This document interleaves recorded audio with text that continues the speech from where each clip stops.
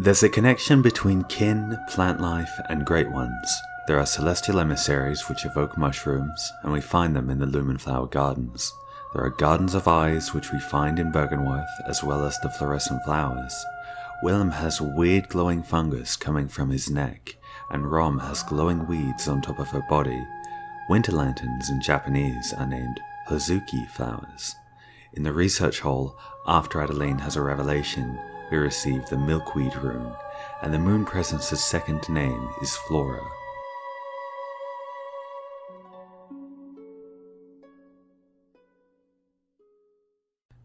To unravel these connections, we first need to look to the research hall. Within the research hall, atop the Grand Cathedral, healing church doctors were conducting experiments to ascend the patients there into higher beings, though little attention is given to how they used flowers. Patients in the research hall show an affection for these flowers, and you see them tending to them, even in their madness, and their breeze is supposed to bring comfort. Going outside into the Lumen flower gardens below, we're met with patients who use arcane abilities that we don't see among the other patients in the research hall. It is similar to what we see in the living Failures fight, so it would seem that the patients and the living Failures alike receive energy from these flowers. But where then do the flowers receive their energy?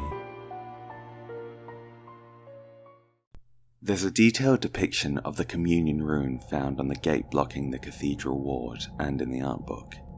The rune shows two figures standing on either side of a chalice that appears to be having blood poured into it. However, on the outside is another shape, almost like a flower that hasn't yet bloomed. Outside that too are more flowers. Communion is synonymous with communication, as in communication with the Great Ones.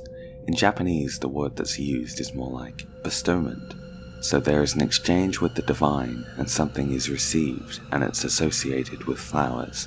Turning forward to the art book page for the upper cathedral ward, the flowers in the Lumen flower gardens are closed in the day, but in the night they open, and their black faces all point in one direction. In the same area you find the celestial emissary and receive the highest main game communion rune. There are statues of the moon presence along the walls. In the game files, celestial emissaries are referred to as from moon. So it would appear that arcane power comes from the moon and is bestowed upon flowers and plant life. Now we can take our theory and contextualize some things in the game. Lumen in Latin means light, so the flowers in the Lumen flower gardens are moonlight flowers. Being fluorescent means to emit light after having taken it in, which allows the fluorescent flower to fire meteors having taken in the moonlight. Willem meditates on the lunarium, a platform made for viewing the moon. Not only does he receive the moonlight from the sky, but he also receives it from the lake's reflection, which brings him closer to Ascension. Written in the description of the Cosmic Eye Watcher badge, there's some clever use of language.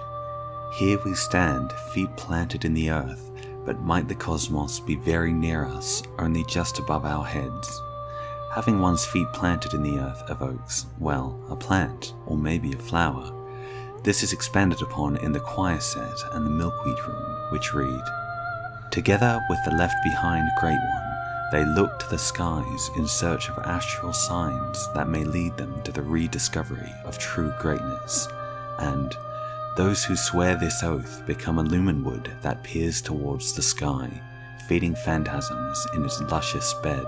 In either case, what comes to mind is similar to what we see in the art book showing the Lumen flower gardens.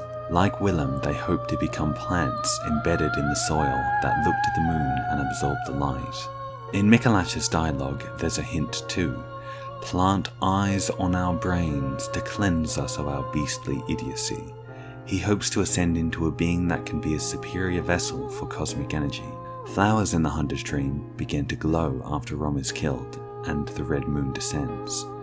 Finally, when fighting German, he draws upon the moonlight for energy, and the result is a burst of arcane power.